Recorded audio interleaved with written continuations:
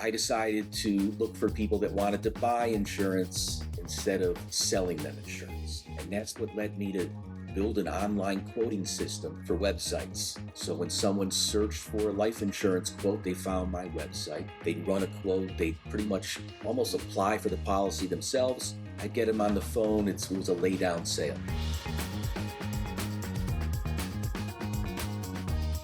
Hey, welcome back to The Broker's Voice. Andy NEARY, CEO and founder of Complete Game Consulting. I'm excited today. I've got Brian Greenberg joining me, CEO of Quoteplicity. We're going to talk about Quoteplicity today. Brian, welcome to the show. Thanks for having me, Andy. This is, I don't always have guests on who come from the life insurance world, Brian. So this is, I like it when I do because I am one who is a self-admitted failed life insurance producer. They're different animals, yeah. That's how I started my insurance career. But we're going to talk about Quoteplicity. And you built Quoteplicity after personally writing 7 figures in the business. What led you to building Quoteplicity? I got to imagine there was something back then that really frustrated you about the overall sales process. For sure. I started at MetLife and was selling face to face. And it's not fun. It's very intrusive to be selling life insurance, a lot of medical questions. And the easiest sale I ever had was somebody who I pitched earlier, and one of his family members passed away. It sparked the interest to buy insurance. It was the easiest sale.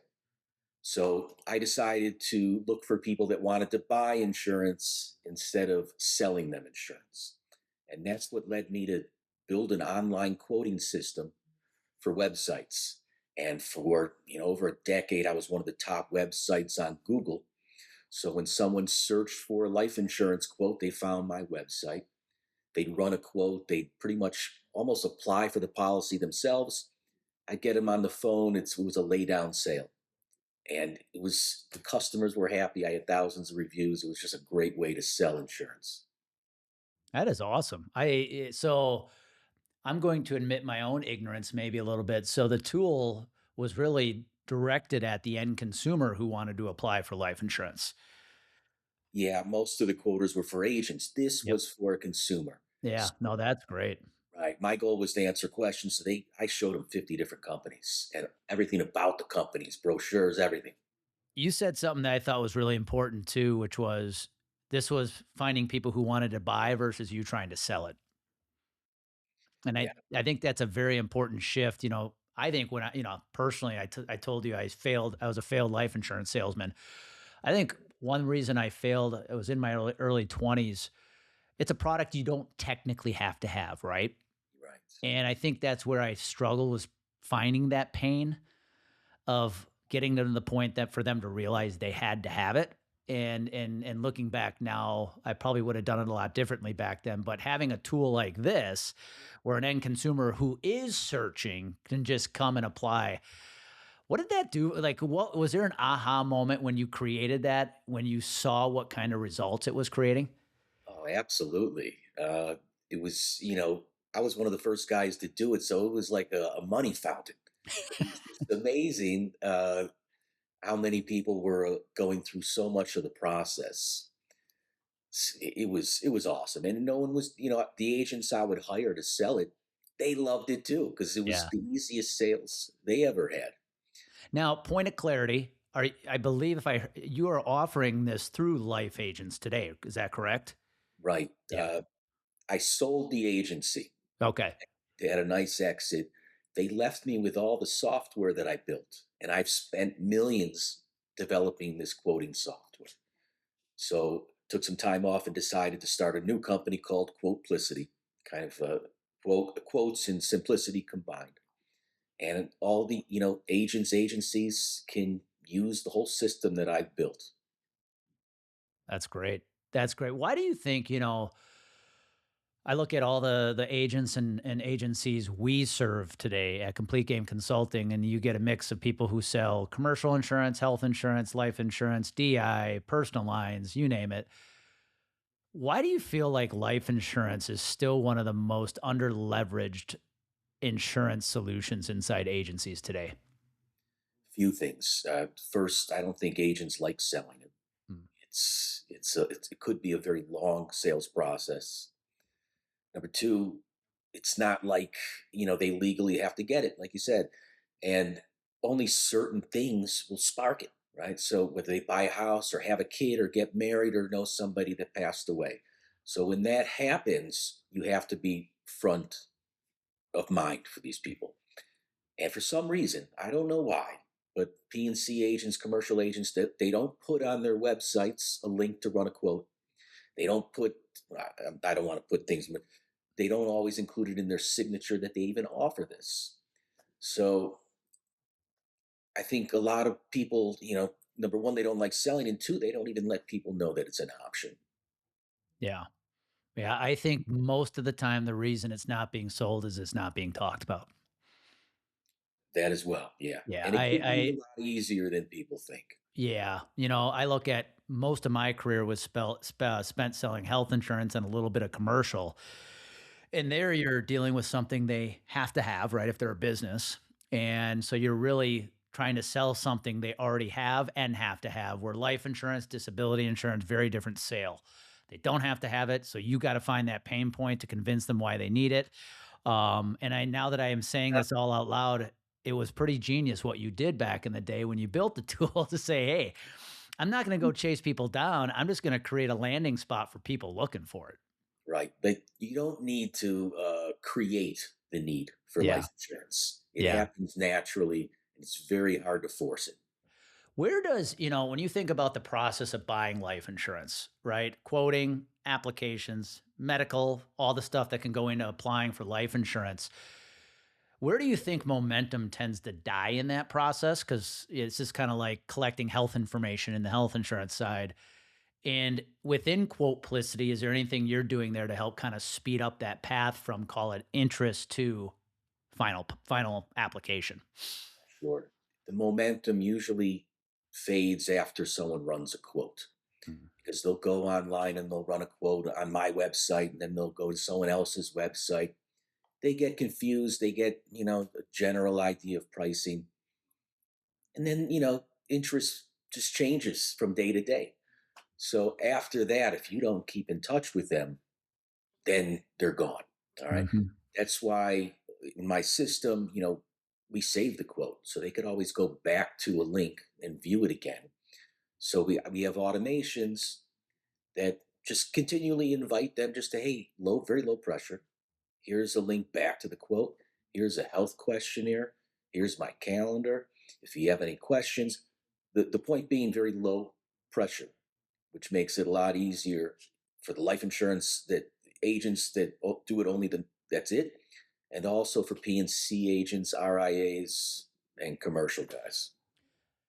And you already started doing that there. I'm glad you did. Thank you. Because I was going to ask you, without opening up the demo and showing us the inside, walk us through. So, from start to finish, because we get a lot of life insurance advisors who listen to this show, what does that process look like? So, I'm a consumer interested. I come in and I look at quotes. What does that process look like for a life insurance advisor who's leveraging Quoteplicity from start to finish? Are you saying as an example, would this be the process for a P&C agent as well? Yeah, but I would even think more, again, somebody, a consumer looking to buy life insurance, right? So from the consumer's point Yeah, of view, let's go from the consumer standpoint. What does that process look like? all right. Number one, they would go online. Okay. They'd be doing some research, whether they might know you from somewhere else, but they're going to go online, run a quote. Now, when to run a quote, very often you collect name, email, and phone. So then they're a new lead. From there, they're going to get an email, text message. Hey, thanks for running a quote. Here's a link back to it. Let me tell you a little bit about the policies. And you kind of hit them for like 3 months. And sometimes, hit them with holiday emails. Just keep it top of mind, always letting them go back to that quote to finish when they're ready. Okay. From there, they may call. Then it's an easy sale. Once you get them on the phone, they don't want to shop very much after that for another agent. As far as the application's kind of a pain, Andy. It could be a long application, and that scares a lot of guys off. You don't need to take the application. You could just take what's called a ticket, and all the big insurance companies, you just need to get their name, address, maybe the last four of the social, and the insurance company calls the client for them. So the client will get a call from a registered representative from Banner, or Protective, or AI, Corbridge, Mutual of Omaha. Take the whole application over the phone. Then they handle all the underwriting too. So it could be, I highly advise against an agent having to take a 20-page application themselves. Don't do it. It's a pain. Use the tools that these insurance companies have now where they actually take it for you. Or you could always partner with a fulfillment center, a call center. They'll get an email address of your company, represent you. You get a commission. You could even get on the application as a writing agent if you're licensed to sell life insurance. Sounds pretty easy to me. I kind of jumped between agent and Yeah, consumer. yeah, yeah, yeah. No, but that one thing you said there that I thought was interesting is so at the point the consumer looks at quotes, Mm, doesn't mean they're necessarily going to take much action right at that point. that's correct. But what you've built is almost that nurture sequence, right? Where it's like, okay, we know you looked, you are interested, AKA you are a lead, but you may not be ready to buy this moment, but we're going to stay top of mind in your world. So when you are, we're the only one you think of. It's People will sometimes buy 6 months, a year later. Hmm. As long as you keep in touch with them, low pressure, all of a sudden something will spark. But it's a lot of work. So that's why it's so important to automate it. So, dare I ask an ignorant question, Brian? And I apologize if I do, but I think about how that process works. And my immediate reaction when we started talking was like, okay, let me try to figure out the ideal broker. And I'm thinking life insurance agent, but technically, this is a tool any insurance advisor could be using. Yeah, absolutely. Look, if you're making your living just doing life insurance, you need a good way to get good quality leads. Guys will Yep. run Facebook ads and they're constantly marketing it. Yep. Yes, there's way too many people that in the PNC or the business that don't do it. All they need to do is put a link on their website Bingo. to run a quote. That's it. We can give you a widget, a button. There's been stuff over the years. There was Policy Genius was one of the people doing it, but very few. But that's all you really need to do. That that is interesting because I think about how many agencies right now are missing untapped revenue opportunities. Not that you're just doing life insurance for the sake of commission, but we often talk to benefit agencies about the opportunities they're missing with ancillary products Yeah, sales, right? And that's what this is. This is, hey, you put a link on your site, especially if you're selling a product. I'm thinking of it's like free personal money. lines, homeowners and auto. Well, you Yeah, might as well give those consumers the opportunity to look at life insurance too. And they yeah. don't really have to do all that much work. They being the agent, the agency. You've put this product in place to me, it sounds like it does a lot of the work for them. It's very hands off. It's not going to be a it's not going to be 100 policies a month, but you'd be pleasantly surprised that it's 1,000 or 5,000 extra in commission, because look, term insurance pays 100% of the annual first year premium. So if the premium is $100 a month, that's $1,200 commission. It's a nice thing to do with and just being hands off. And Andy, let me just say this: we have something that we developed where you can work your old database. So we can give you a link so they could run a quote. Although in that link, you can include their name, email, phone, date of birth, gender. So they don't have to re enter anything Mm. to actually see a quote. You could even say, hey, why don't you run it for 250,000, a 20-year? They don't have to press anything. They're just looking at results. So it's really something we want people to take advantage of. We have a few people that are doing it very successfully. Be great if we could expand on that. Yeah, sometimes I have to hear things a couple times, Brian, to really get my hands around it. But I'm starting to sense this is a nice little life insurance marketing CRM in many ways. Yeah, Yeah. it could use you could use it in whatever CRM you're currently using Yeah. as well. When you were building it, Knowing, you spent years selling life insurance yourself, was there anything you were designing against when you were building the product, the solution? I was designing against being too vague. So you may put just a contact form on your site. Mhm. Are you interested in insurance? And then they hit submit, and that's it. Hey, we'll be in touch. And that was something that too many people did. They still do that. I wanted to avoid. I wanted to actually give somebody actual quotes without making them jump through all the hoops. Just be transparent. Say, hey, look, here's the best companies, here's reviews, here's a link to their BBB and their insurance ratings. This is why one company's better. So the whole goal was to be transparent and not that black box that they're just going to submit a form, wait for a call, get some information. Well, and I have to believe that the level of that communication, being that a lot of it is automated, has had to speed up the path of policy, not only policy submission, but approval. Yes, Okay. I will say this though. There's a lot of no medical exam policies, which are very fast. Yep. Right? If someone's looking for a larger policy, it could take 4 weeks, Yeah. 6 weeks to get through the whole process because there's an underwriter. It is kind of a bloated product. Mhm. Consumers do it, although they could ask for doctor reports, right? Or they may want to do take blood and urine. Does it speed things up? Yeah, I guess so. I think is we were doing such high volume that we knew the underwriters and the people at the company, and they wanted to make sure that they served our customers well. Yeah. Yeah, but I look at that process is no different to what I said earlier. If you're selling health insurance, you've got to collect some claims data. You're selling commercial insurance, you've got to collect claims, loss runs, things like that. That's the same thing as, okay, now it's time to get the medical application done, right? Call it a little more personal than collecting loss runs. I get it. But at the same time, that's probably where this process bottlenecks if it does, just like collecting loss runs for a producer, commercial producer bottlenecks at that point. It's the same thing. Our system is set up to allow them to fill out the information themselves. Yep, that's perfect. I love that. Now, I'd love to know your thoughts because obviously there's not a conversation that goes by that I'm having with agency leaders right now where the conversation of automation and AI and all this stuff, it's in every conversation we're having. Yeah.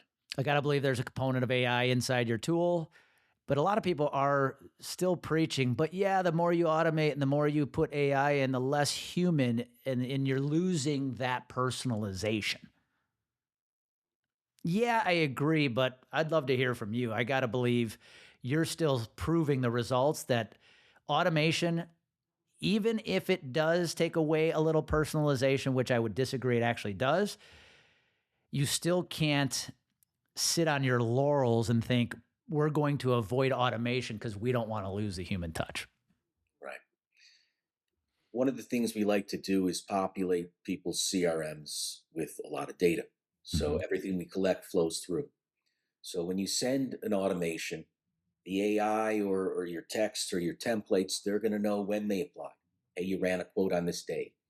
You ran a quote for this type of insurance. You ran a quote for this type of, this amount of coverage in this term. Oh, you ran, on December 2nd, you ran a quote for term insurance, 100,000 for 20 years. We'd imagine it's something you were looking at, something you might be interested in. That takes a lot of the impersonal part out because what we find is people will run a quote and you call them up and they won't know who you are because they looked at six different people. If you could actually carry that data through, they're going to know, they're going to remember, if you will. They're going to be convinced that, yes, they did contact you and it's not a scam. Got it. So this actually does become a little bit of a differentiator for that agency who is competing for the attention of that consumer who did go and quote not just their tool but probably four or five others.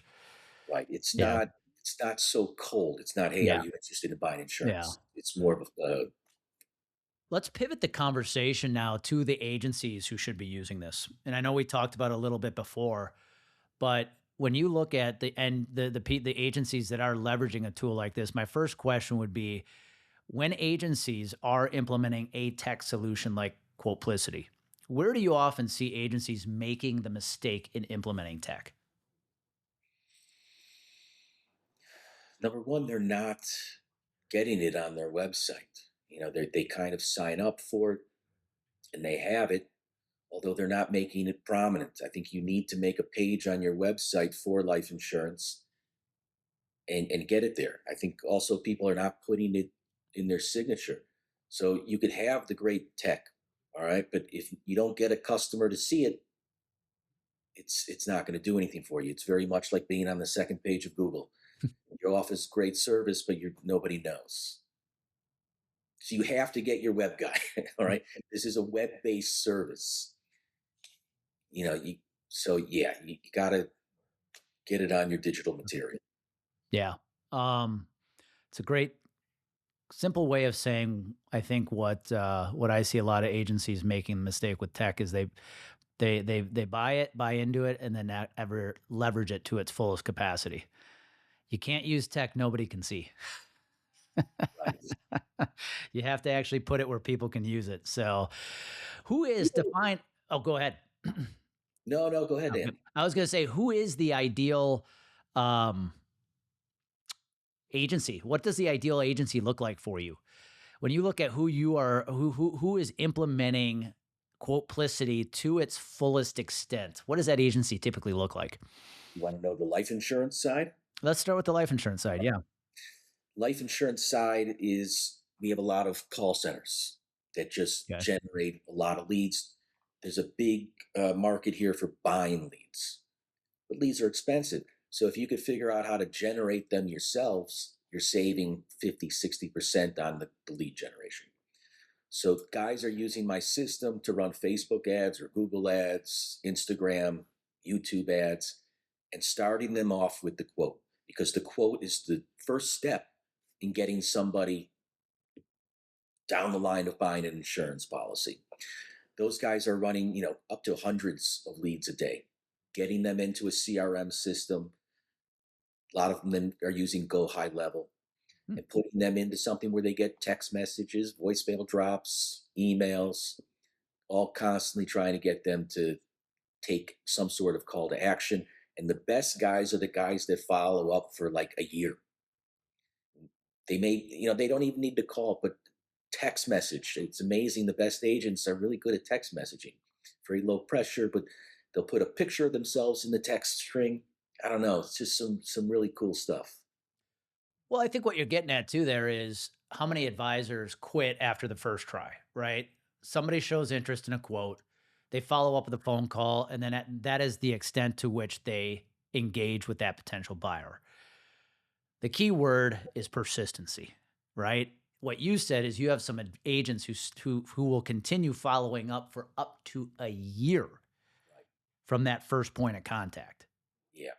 because you have no idea when that consumer is ultimately going to get triggered to say, "Yep, it's time to buy life insurance." Andy, I think you're right. A lot of life insurance people fall off because it is hard, especially if you're asking people medical questions and what company to put them in.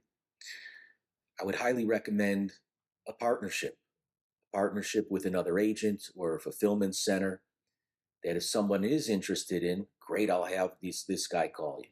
I'm going to hand you over to the expert.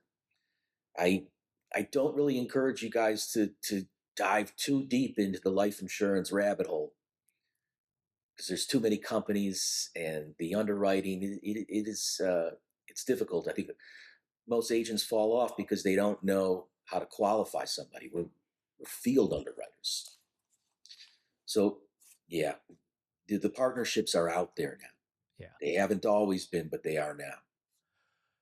I know we talked about it a few minutes back, but I would love to hear your thoughts. We get a lot of commercial and employee benefit agencies that follow us here on the show. They don't focus on life insurance. It's not one of their primary products that they offer. But how could a benefits and or commercial agency still leverage a tech solution like Quoteplicity? They just need to add that to their product offering.